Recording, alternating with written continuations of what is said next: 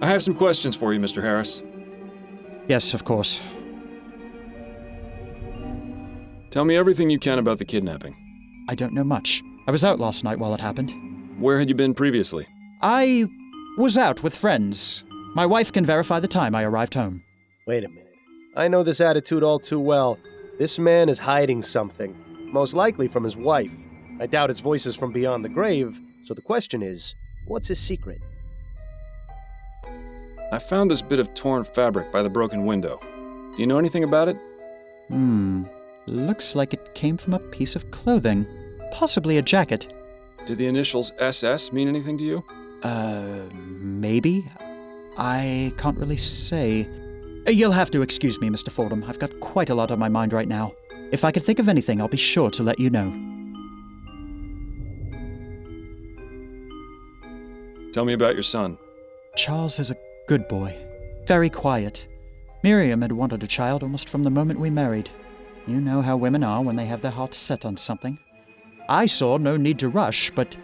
Nice to know you're not the only one. Hey, Miles. The first 2 times Miriam was with child, she suffered some unfortunate accidents. She was devastated, as you can imagine. So when Charles finally came along, he turned out to be quite a blessing. I can't imagine what sort of depraved madman would take him from us like this. You must find him, Mr. Fordham. I intend to, Mr. Harris. Tell me about yourself. There isn't much to tell, really. My life has been fairly well publicized in the newspapers. Let's pretend for a moment that I skip over the society pages. Well, I'm an investor. My father Clyde runs Harris Construction Company, which I will someday inherit. Any other details about me are fairly trivial nonsense, I think.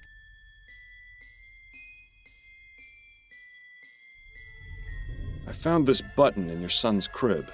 Does it look familiar at all? No, not at all. Do you think the kidnapper might have left it behind? It's a distinct possibility. Those are all the questions I had for now. All right.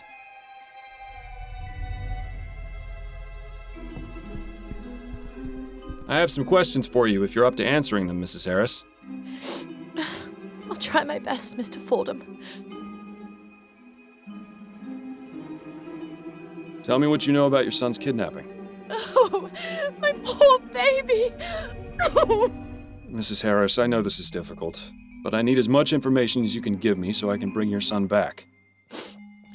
Yes, you're right. I have to stay strong. For Charles. It happened sometime between 6 and 8 last night, I think. Both my husband and I had gone out. Charles was in the care of his nanny, Mrs. Davis.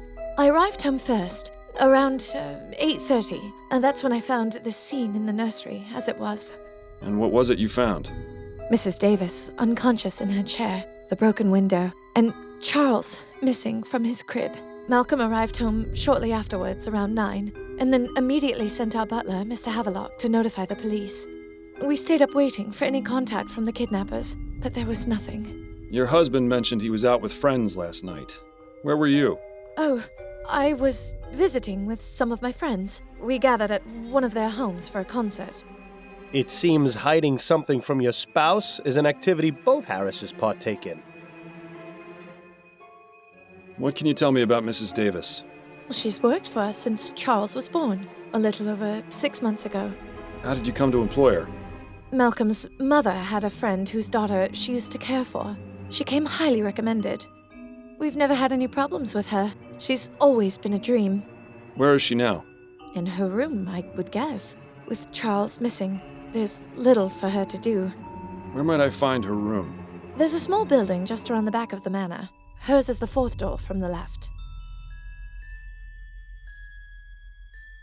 Can you think of any reason why your son would be a target for kidnapping? It could be that someone wants our money, or some lunatic who's angry about the new airship. My husband's an investor, and my father-in-law owns the company building it, you see. I just don't know, Mr. Fordham. Frankly, the fact that something like this could even happen is just terrifying. I found this bit of torn fabric by the broken window. Do you know anything about it? No, I've never seen it before. Do you think it was left by the kidnapper? Perhaps. Did the initials SS mean anything to you? No, I can't think of anyone or anything I know with those initials. Tell me about your son. Charles is our only child. He's such a good boy. Never makes a fuss. Always very sweet. Oh, Charles, you must be so frightened out there without your mother. Oh, please, Mr. Fordham. You have to bring him home.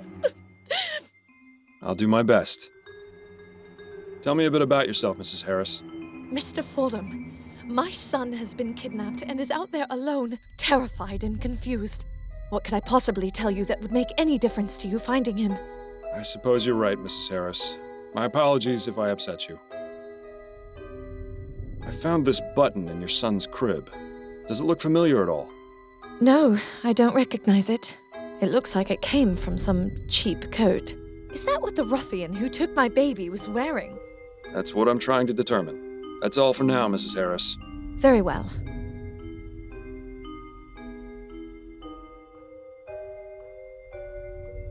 Who in their right mind would need that many drawers? Let's see what we have here. A very poorly written letter addressed to Mr. Harris. I don't suppose it's a letter of admiration. On the contrary, the author seems quite upset.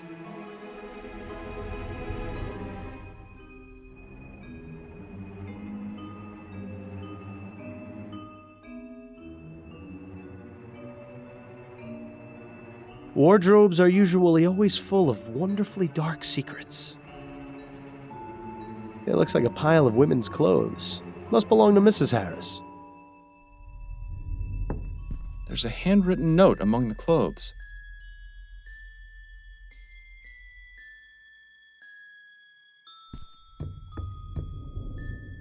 Mr. Harris's color selection is almost as drab as yours. Let's see if there's anything of interest in any of the pockets.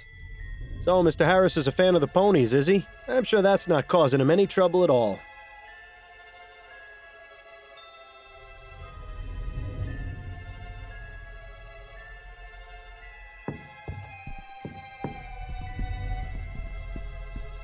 I have some questions for you, Mr. Harris. Yes, of course. I found this letter in your bedroom. What can you tell me about it? You went through our things? I'm a private investigator, Mr. Harris. It's part of my job. Of all the insolence! You're upset, I know, but do you want me to find your son or don't you? Yes, of course I do. That letter was sent to me by mistake. It was written to my father. Well, if you can even call that writing. Have I ever mentioned how much I hate rich people? Because I really hate rich people. Your father. Doesn't he own the company building the new airship? Yes, that's right. He's been receiving many letters just like that one since the Lygia disaster. But that Devons fellow in particular has sent one every week, along with a bag of chicken bones and dust. How peculiar. Not only that, he leads a daily protest in front of the construction yard where the HMS Lenore is being built, trying to halt production. My God! How did I not see this before? See what? Devons! He has a grudge against this family because of what happened with the Lygia. I'd put money on him being involved with the kidnapping somehow, as a form of retaliation. I'll just have to speak with Mr. Devons and see for myself.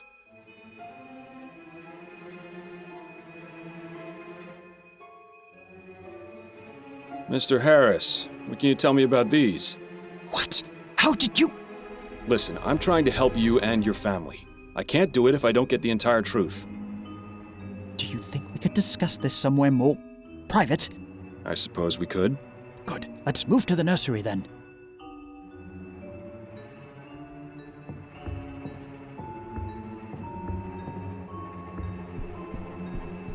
I have some questions for you if you're up to answering them, Mrs. Harris. I'll try my best, Mr. Fordham. I found this note in your bedroom. What can you tell me about it? What? You had no right to go through my things? Mrs. Harris, I'm just trying to find your son. The sooner I know about any clues I might find, the faster I can proceed with my investigation. Fine. I got that note last night from Roland. Who is Roland? Roland is a special friend. I see. Oh, don't you judge me, Mr. Fordham. You have no idea what my marriage has been like. Marrying Malcolm wasn't my idea, nor even his. The whole thing was orchestrated by our fathers. They thought merging the two families would be a good business arrangement. Is your marriage an unhappy one then? It wasn't easy at first, and it didn't get any easier as it went on, either. So then why not end it? Mr. Fordham, we are a respectable family. There are certain considerations. Besides, I had no legal grounds. For all his faults, Malcolm is a very faithful man. Almost frustratingly so. Then, somewhat unexpectedly, we had Charles. At least that made things bearable. I'm sorry for you, Mrs. Harris, I really am. But I think I should talk to this Roland. Why? He has nothing to do with this. That's for me to decide. Where can I find him? I don't know. I've never been to his home. We usually meet at a hotel. Can you tell me anything that would help me track him down? Well, he's a musician. He plays the piano at some clubs in Gascon, but I don't know which for sure. How about his last name? I don't know that either. I gather you don't talk much. I refuse to answer that question, Mr. Fordham. It's a good thing I don't have a stomach anymore, because I can guarantee you its contents would be on the floor right now.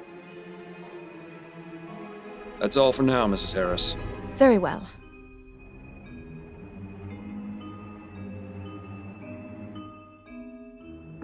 Shall we continue our conversation, Mr. Harris? Yes, of course. Now that your wife is out of earshot, tell me about the kidnapping and what these betting stubs have to do with it. Right. As I said before, it had already happened when I got home. I had just come from spending the evening at the meadows. I see. I take it your wife isn't impressed by your hobby? I promised her weeks ago that I would stop going, but I've had such a good streak lately. The last thing I wanted was to upset her further, yet it would be foolish of me to just give up on something so promising. Can you think of anyone who might want to do you harm by taking your son? Several, I'm afraid. Go on. I haven't exactly had the best of luck, Mr. Fordham. That's why this latest streak was so important to me. The truth is, I've gambled away most of my money. I've had to take out several loans so Miriam doesn't get suspicious. If she ever found out, it would be over. I can't lose her, Mr. Fordham. I just can't. Where have I heard this before? You know, things would be so much easier if people just talked to each other. I've tried doing business above board, but lately I've had to seek other resources. What do you mean? I was forced to visit a lending office. The owner was a rather shady Sambo, but I figured he'd be easier to deal with than the usual sheenies that run those type of places. Can you believe this guy? Maybe we should just leave the kid be. He'd probably be better raised by wolves. Who was the owner? Mr. LeFay. I didn't bother to get his first name. His business is an abattoir row in Chumley. Horrid place, but I was desperate. You think this Mr. LeFay may have taken your son as collateral? Let's just say there isn't much those type of people wouldn't do to put a crown in their pocket. How goes the construction of the new airship? There have been some complications, but nothing we can't handle. Could you be a bit more specific? Well, I already told you about the trouble with protesters at the yard, and we're blocked pending Royal Maverick's review of the safety regulations for the prototype etheric diffusion engines. Agitators and red tape aside, we should still be on schedule to have the Lenore finished and in the air by the end of the year. But really, Mr. Fordham, what the deuce does this have to do with finding Charles? He has a point, you know. Those are all the questions I had for now. All right. If you don't mind, Mr. Fordham, I'm going back to the living room. I don't want Miriam getting suspicious.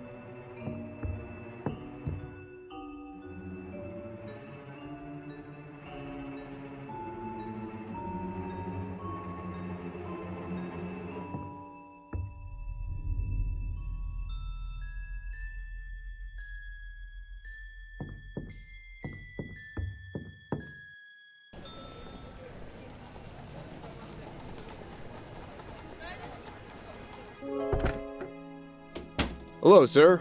Welcome to LeFay Lenders. I'm the owner, Chester LeFay. Are you looking to take out a loan? Not today, I'm afraid. I'm Miles Fordham, a private investigator. Look, I don't know what you've heard, but I run a clean business here. I don't need any trouble. And I'm not here to cause any, for the moment. Just keep your nose where it belongs, and we should get along fine.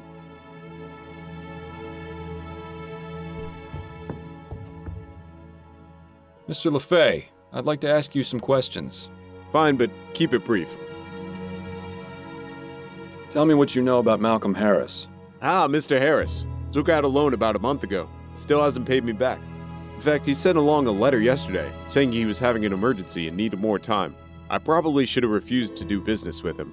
As soon as he walked through the door, I could tell his type. What type is that? Upper class, bored with his life, trying to escape and doing it through vice. In his case, gambling. This guy is good. Maybe you can pursue money lending if the whole private investigator thing doesn't work out. But for some reason, I pitied him and decided to give him the loan anyway. Compassion isn't exactly an asset in this business, you see. Nothing to worry about in your case, then. Aside from that, I don't know anything about him. I prefer to keep how much I know about my clients to a minimum. Makes things easier for me.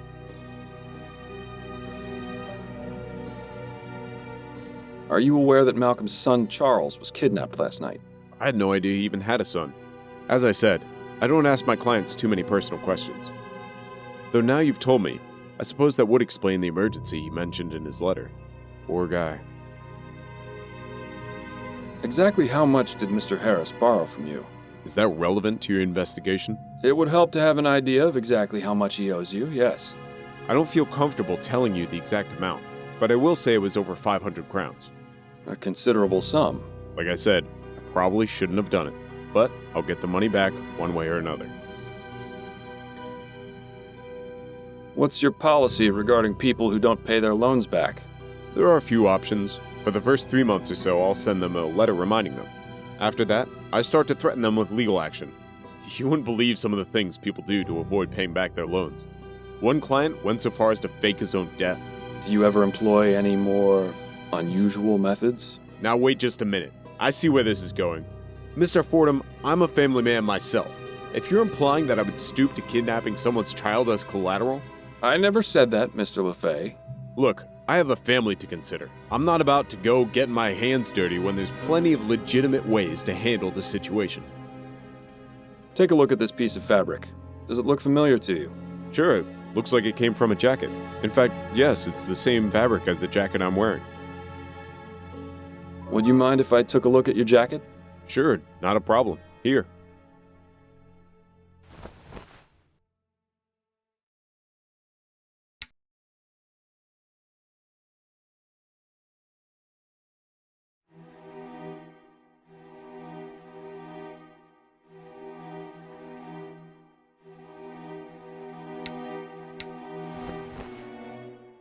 No tears in mine, huh? Not a one. You clearly take good care of your clothing. I don't mean to discourage you, Mr. Fordham, but I've seen a lot of people with this style of jacket. Hell, even Malcolm has one. I remember he was wearing it when he came in here. I see. Thank you for the information, Mr. LeFay.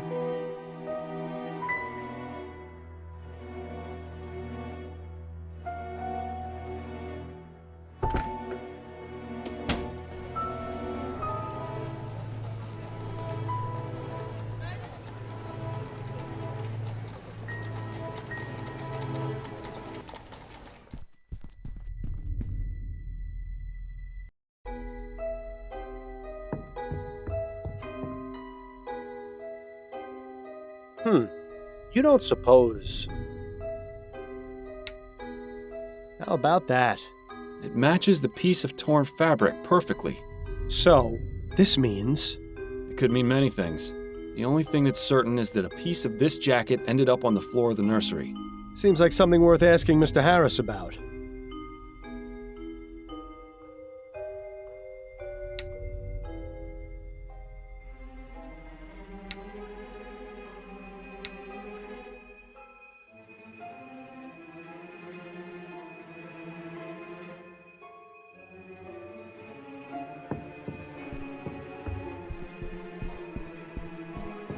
I have some questions for you, Mr. Harris. Yes, of course. Mr. Harris, do you recall the torn piece of fabric I found in the nursery? Yes, what about it? As it turns out, one of the jackets in your wardrobe has a tear exactly the same size and shape as this one. Would you care to tell me how that happened? That can't be. I'm afraid it is. So explain it. I I have no explanation. The truth is, I haven't worn that jacket in weeks. I've no idea how it was torn. Are you suggesting someone else took your jacket and wore it when the child was taken? I don't know. Perhaps someone is trying to make it look as though I... But that's absurd. Why would I kidnap my own son? Why indeed, Mr. Harris. You really think he kidnapped his own son, Miles? Seems more likely he was set up. But he also doesn't strike me as a terribly good parent. Maybe it would serve him right to be blamed for this. We've done our part. The police can handle the search for the missing baby. Those are all the questions I had for now. All right.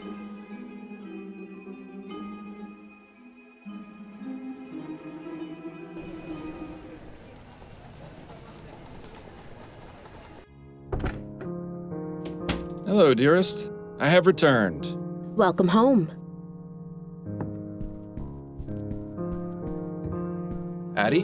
What do you need, dear? You weren't kidding about business picking up. You're averaging what, about 3 appointments per day? More like 5. I told you, debutante ball season's busy. Doesn't it get tiresome? Not really. You'd be surprised at the sort of gossip I hear from my clients. I don't know what it is, but they just open up to me and tell me all kinds of personal things. You sure you don't want me to give you a trim? I'm fine for now, dear. Thank you. I'd forgotten how good you are at écarté. You absolutely destroyed me the other night. As I recall, you used to hold your own pretty well. We should have another match soon. That way I can hone my skills. Yes, we should. As long as you can concentrate, I'm sure you'll get as good as you used to be. Addie, did you ever work with or meet a musician in Gascon named Roland? Roland? Yes, a piano player. Oh, of course. That's gotta be Roland Devereaux. Yes, I know him. I'd just as soon never hear the name again, if I'm being honest. That bad, huh? He's just an arrogant little twerp, completely full of himself, thinks he's God's gift to music. He really isn't very good. Misses notes like you wouldn't believe. Used to throw me off the few times I sang with him. Well, he's a person of interest in my current case. Any idea where I can find him? Last I heard, he was playing a regular gig at the Crimson Cat, but that was a few years ago. If he's not still there, they might know where he went. Thanks, dear. That's incredibly helpful. My pleasure. I can't believe the nerve of that narrow-minded old cow. Who, Mrs. Delacroix? She's actually one of my nicest clients. I don't know how you can tolerate her. If I were you, I'd strike her off my list. If I did that for every one of my clients who thought the same as her, I'd be out of a job. That's just the way it is. Maybe so, but it doesn't make it any less infuriating. How are things going with you? I'm a bit worried about some rumors I've been hearing. Oh? They're saying it won't be long before automated hairdressing devices are available to the public. Once that happens, it's going to be tough for me to keep getting jobs. Automated hairdressing devices? How would those even work? Do they read your mind? Doubtful. More than likely they'll have some kind of settings or just give everyone the same type of hairstyle. I wouldn't worry too much, Addie. You're the best hairdresser in town. I doubt people will place their trust in some contraption over you. You underestimate my clientele, Miles. They're mostly all rich socialites whose hobbies are buying the most expensive and modern things just to outdo their peers. They'll be sending their servants to line up for days before the things are released. Perhaps, but they'll come running back to you once the machines stop working. You'll see. I certainly hope so. I'll let you get back to your book.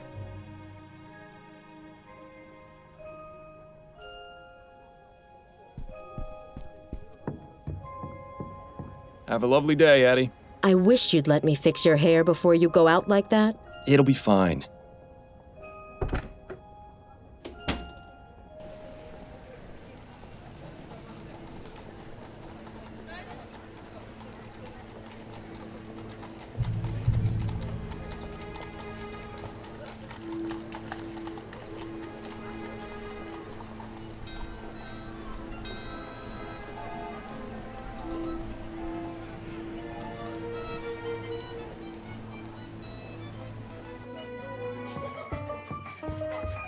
Ah, the Crimson Cat. One of my favorite underground clubs. Ooh, I spent some wild nights here. Which reminds me, I wonder if Stefan is still working the bar these days. Excuse me, are you Roland Devereaux? Who's asking? Miles Fordham, private investigator. I wanted to ask you some questions. Sure, whatever you say. Are you acquainted with a woman named Miriam Harris? Sure, acquainted. That's definitely a word you could use. But then, I'm also acquainted with about 20 other women in this borough alone. Fascinating. Could you tell me about Miriam, please? Sure, that woman could talk the ear off a cornstalk. Oh? She said you didn't talk much. That's right, I don't. She talks plenty for the both of us.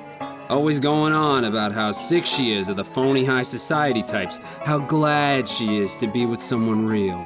But hey, she's loaded. And she's pretty good in bed, so it's a nice little thing we got going on. Are you aware that Mrs. Harris's son was kidnapped last night? What? Kidnapped? Yes. Do you know anything about it? No, not at all. I mean, I knew she had a son. She wouldn't shut up about him. Why would anyone take someone else's child voluntarily? Are people that desperate to have their own little brats? I assume you're not a fan of children? Let's just put it this way. I would rather have a hot poker shoved up my ass repeatedly than ever have to deal with a child. Well, that's quite specific. There is no way in hell I'm going to tie myself down and give up this great life of mine. If this lady's kid's been stolen, she'll probably leave her husband and want a replacement brat. I'm not gonna be that sucker, that's for sure. Thanks, friend. You've really opened my eyes. I think the time has come to exit stage left from Mrs. Harris's life. You're a real piece of work, Roland. Yeah, I know. So, I take it you're a musician? A musician? Am I a musician? Man, you insult me. Ask anyone who hears me tickle those ivories. They'll all tell you. I'm doing the Lord's work. I am more than just a mere musician. I have a purpose on this earth, and that is to move people, to bring joy to their souls. And this is after you've set the piano back to manual, right? I don't expect a layman like yourself to understand, least of all a private eye.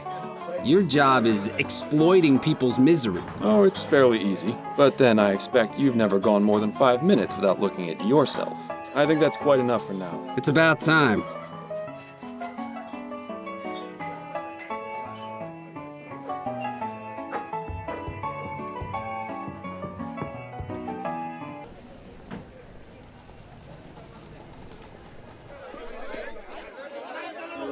And so we say to Harris and his cronies, no, we will not stand for this. Too many have died to allow this to continue. Pardon me, are you Arthur Devons by any chance? Yes? Who are you?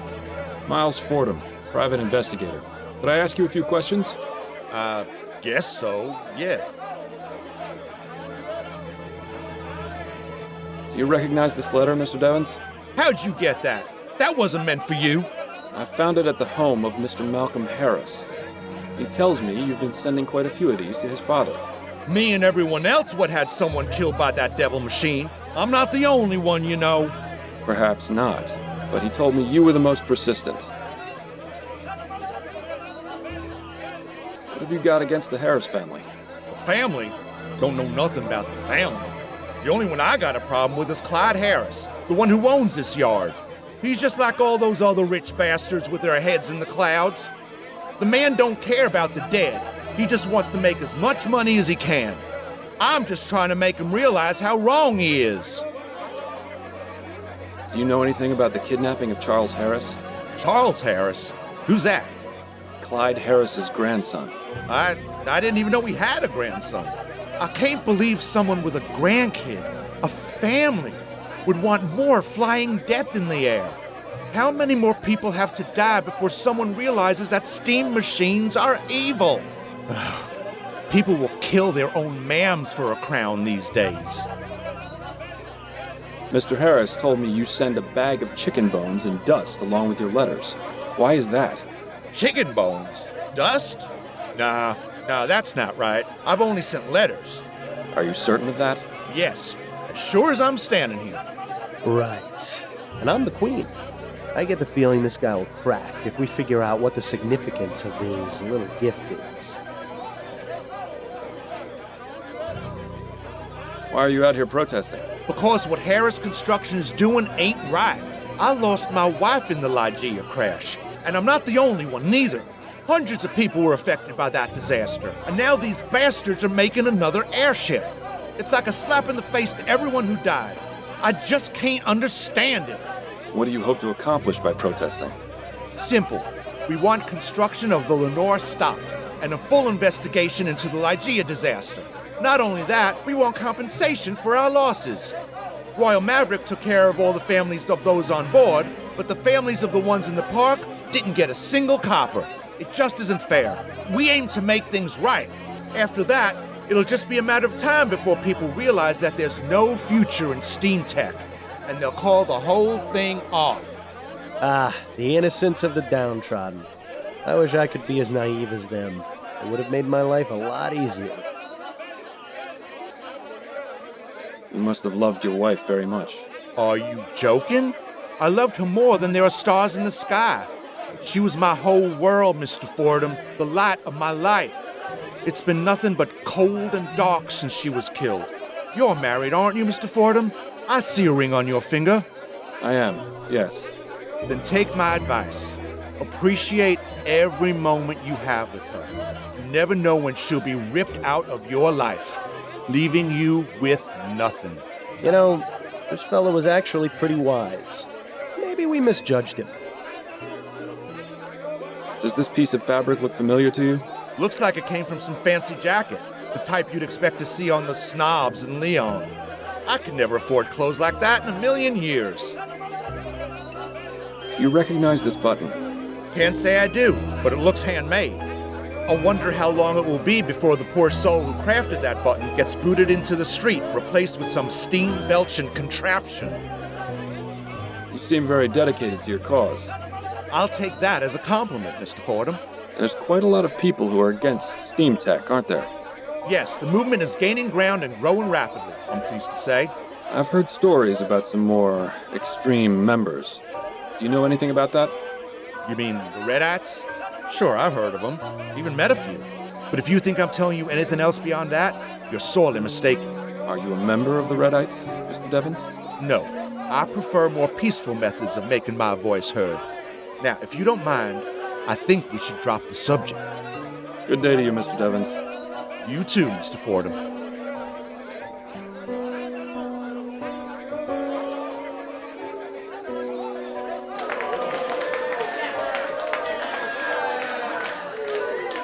The time has come to reject steam machines. They take our jobs, they take our families, they take our lives. We won't stand for this injustice any longer.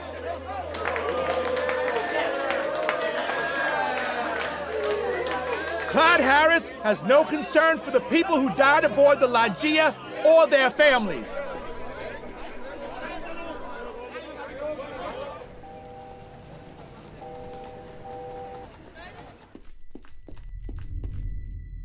Oh, Mr. Fordham. Oh, thank God you're back. What's going on? Our butler just brought this in. He found it stuck to the gate outside.